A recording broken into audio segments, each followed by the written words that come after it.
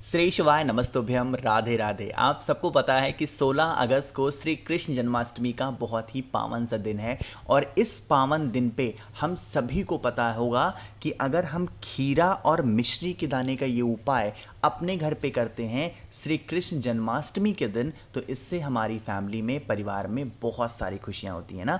तो इसी की बात इस वीडियो में हम लोग करने वाले हैं। बहुत ही ध्यान से वीडियो को देखिएगा जिससे जानकारी आपको अच्छे से समझ में आ पाए, ठीक है ना।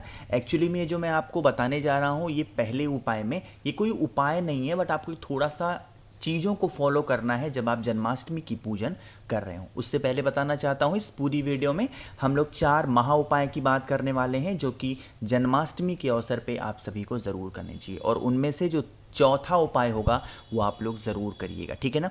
सबसे पहले स्क्रीन पे आपको खीरा दिखाई दे रहा है ना। आपको पता होगा कि जन्माष्टमी के दिन खीरा बहुत महंगा मिलता है। आप कभी आज आप वीडियो देख रहे हो, आप वीडियो देखने के बाद मार्केट जाना और खीरे का प्राइस पूछ के आना, ठीक है ना। जहाँ डेली के दिनों में एक खीरे का दाम अगर 10 रुपया हुआ करता था तो आज अगर आप एक खीरा खरीदोगे तो उस खीरे का दाम 50 रुपये होगा, ठीक है ना। 5 गुने की बढ़ोतरी आपको आज देखने को मिलेगी। ऐसा क्यों है? क्योंकि खीरे का महत्व होता है को जोड़ा गया है भगवान कृष्ण के जन्म से, है ना। जैसे जब एक माँ के पेट से बच्चा निकलता है ना तो उसको जो नाल होती है ना ऐसे लगी होती है उसको काटते हैं ना तो क्या होता है, बच्चे का जन्म हो जाता है ना, पूरा प्रॉपर बच्चा। इसी प्रकार से जब आज हम भगवान कृष्ण का जन्म कराते हैं तो मैक्सिमम घरों में, मैक्सिमम मतलब 90% के ऊपर घरों में क्या होता है कि जैसे जन्म का टाइम हो गया तो ऐसे खीरे को बीच से काटा जाता है और ये माना जाता है क्या हो गया है, भगवान कृष्ण का जन्म हो गया है। इसीलिए जब भगवान कृष्ण का जन्म होता है तो वहां पर खीरे का इस्तेमाल किया जाता है, ठीक है ना। दूसरी बात करने जा रहे हैं, स्क्रीन पे आप लोग को कुछ दिख रहा होगा, ये है माखन, जिसे हम लोग मक्खन बोलते हैं।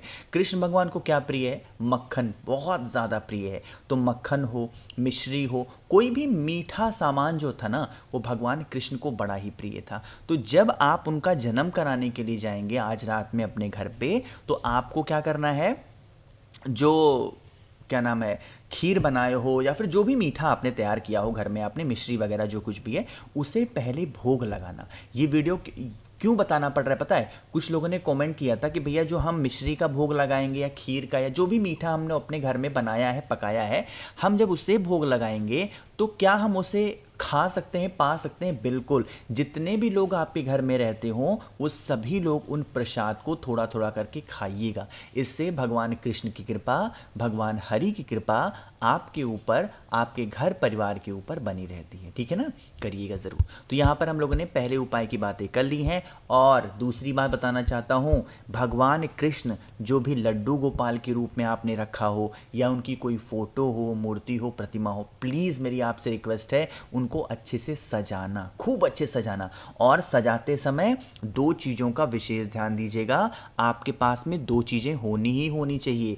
एक तो आपके पास में मोर पंख होना चाहिए और दूसरा आपके पास में बांसुरी होनी चाहिए। सजाने के रूप में आपके पास में कुछ हो या ना हो उससे कोई मतलब नहीं है, बट बांसुरी और मोर पंख जरूर लेना। और यहाँ पे ये नहीं ज़रूरी है कि नया ही खरीदना है, नहीं, पुराना हो इस्तेमाल कर सकते हो, कोई दिक्कत नहीं, ठीक है ना। चलो आगे बढ़ते हैं बस वीडियो के हम लोग अपने दूसरे उपाय की तरफ, जो कि जब भी जन्माष्टमी तिथि आई है इस उपाय के बारे में मैंने आप सभी को याद ज़रूर दिलाया है, ठीक है ना। क्या है, सबसे पहले बेनिफिट समझ लेते हैं फिर आगे बातें करते हैं। जैसे आज के टाइम पे बहुत सारे ऐसे परिवार हैं जिनका जो घर चलता है वो किससे चलता है, दुकान से, यानी कि व्यापार से, है ना। अगर आपका व्यापार नहीं चल रहा है या फिर आपके घर में ही जो पैसे हैं वो टिकते नहीं हैं, माँ लक्ष्मी का आगमन आपके घर में नहीं है, बहुत चिंतित रहते हो, परेशान रहते हो, देन आप इस उपाय को कंटिन्यू करेंगे, ठीक है ना। अब समझिएगा इस उपाय को। यहाँ पर हम लोगों को ज़रूरत पड़ने वाली है कुछ चीज़ों की, ठीक। वो कुछ चीज़ें कौन कौन सी हैं समझिएगा। सबसे पहले आप लोगों को कपूर के 2 टुकड़े लेने हैं। किसके लोगे, जल्दी से बताओ। कपूर के 2 टुकड़े लीजिएगा। साथ ही साथ आप लोगों को नमक लेना है। कितने नमक लेने हैं? नमक के 7 टुकड़े लेने होंगे। कितने? नमक के 7 टुकड़े। और ऐसे पिसा नमक नहीं लेना है, खड़ा नमक किसी भी बड़े किराना स्टोर पे इजीली अवेलेबल है, वहाँ पे ले सकते हो। साथ ही साथ एक लास्ट चीज़ जो होती है वो होती है फिटकरी। क्या लेनी है? फिटकरी। कितनी? 2 टुकड़े। छोटे से शॉप पे जाना, वहाँ मिल जाएगा, उसको तोड़ करके 2 भागों में बांट लेना, ठीक है ना। तीन चीज़ें ले लिया, कपूर लिया, नमक लिया और फिटकरी ले लिया। इन तीनों चीज़ों को लेना। इस उपाय का नियम होता है कि हमें कांच की कटोरी चाहिए, यानी शीशे वाली जो कटोरी नहीं होती है वो चाहिए होता है। बट अगर आपके पास में कांच की कटोरी नहीं है तो ना आप नॉर्मल जो कटोरी घर में हो उसका इस्तेमाल कर सकते हो।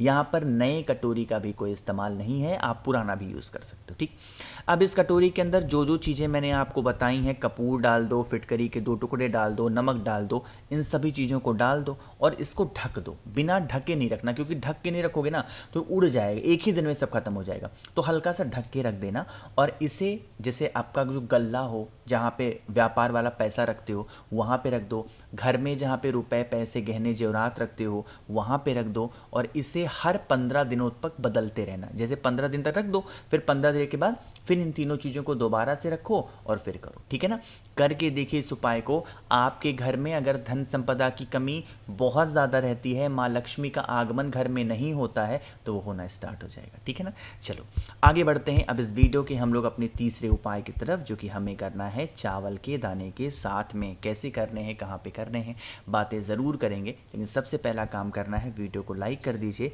जिसने अभी तक चैनल को सब्सक्राइब नहीं किया, मेरी आवाज़ आप पहली बार सुन रहे हैं, चैनल को ज़रूर सब्सक्राइब करेंगे। ठीक है ना, देखो आप लोगों को यहाँ दो चीज़ें लेनी है। ठीक है ना, आज के दिन हमें इलायची का भी इस्तेमाल करना चाहिए। कितनी इलायची लेनी है, मात्र 2 इलायची लीजिएगा, इससे ज़्यादा मत लेना, बहुत महंगी है इलायची। ठीक है ना, तो आपको मात्र 2 इलायची लेनी है।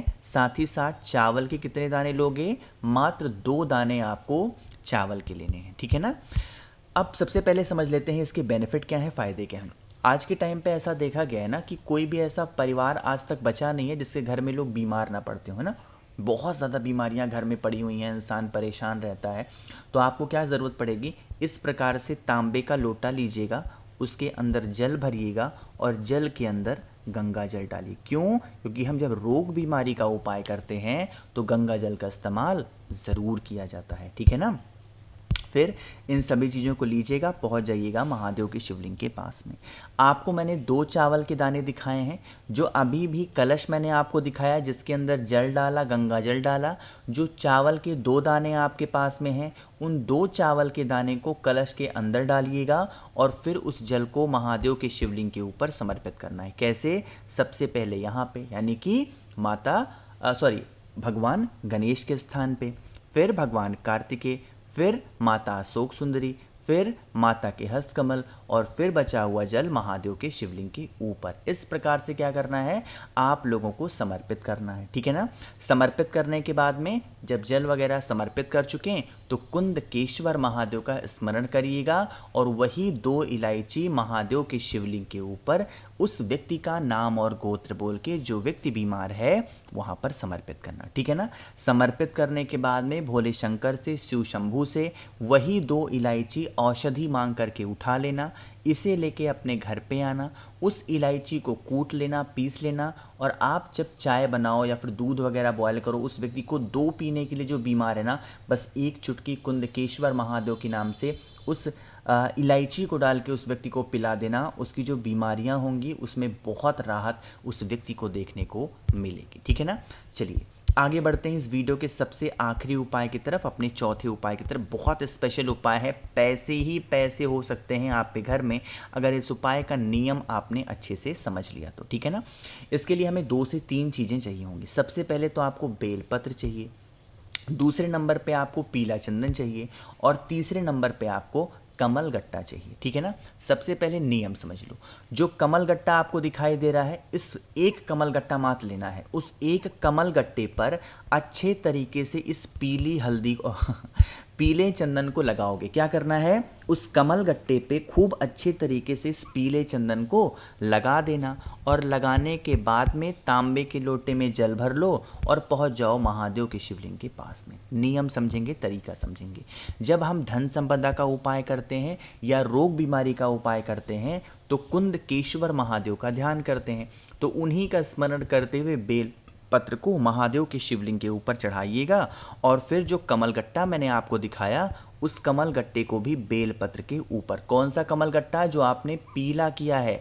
अब आज के दिन जब हम जल चढ़ाएंगे तो ओम नमो भगवते वासुदेवाय, भगवान हरि का मूल मंत्र स्मरण करते हुए क्या करना है, आपको उस जल को चढ़ा देना है। इससे भगवान हरि भी खुश होते हैं, महादेव भी खुश होते हैं, माँ लक्ष्मी का आगमन आप सभी के घरों पे हमेशा बनी रहती है। तो मैंने कोशिश की आप सभी को सब कुछ बड़े ही विस्तार से अच्छा बताने की। वीडियो पसंद आई हो तो लाइक ज़रूर करिएगा। कुछ पूछना है नीचे कमेंट सेक्शन में पूछें, और मेरे जितने भी भाई बहन आवाज़ पहली बार सुन रहे हैं चैनल को ज़रूर सब्सक्राइब करेंगे। श्री शिवाय, नमस्तुभ्यम।